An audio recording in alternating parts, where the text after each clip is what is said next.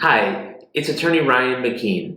One of the questions that we ask at intake is for your social security number, and there's a very specific reason why.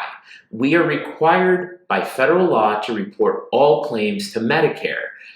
Medicare requires this because they want to know if there's any potential for them to recover money. Now, most of the time, most people aren't on Medicare, so Medicare says there's zero money owed.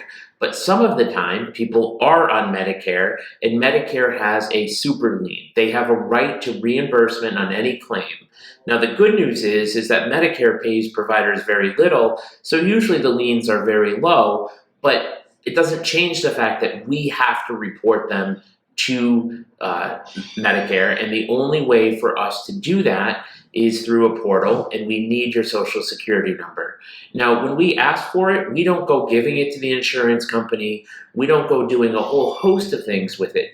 We store it in software that is SOC 2 compliant. I'm going to post a link to that down wherever you're watching this video so you can read about SOC 2 compliance. It is the highest certification for information security there is out there, or at least that I know of. Maybe the NSA or somebody else has something greater than what it is that we use, but we take that very, very seriously.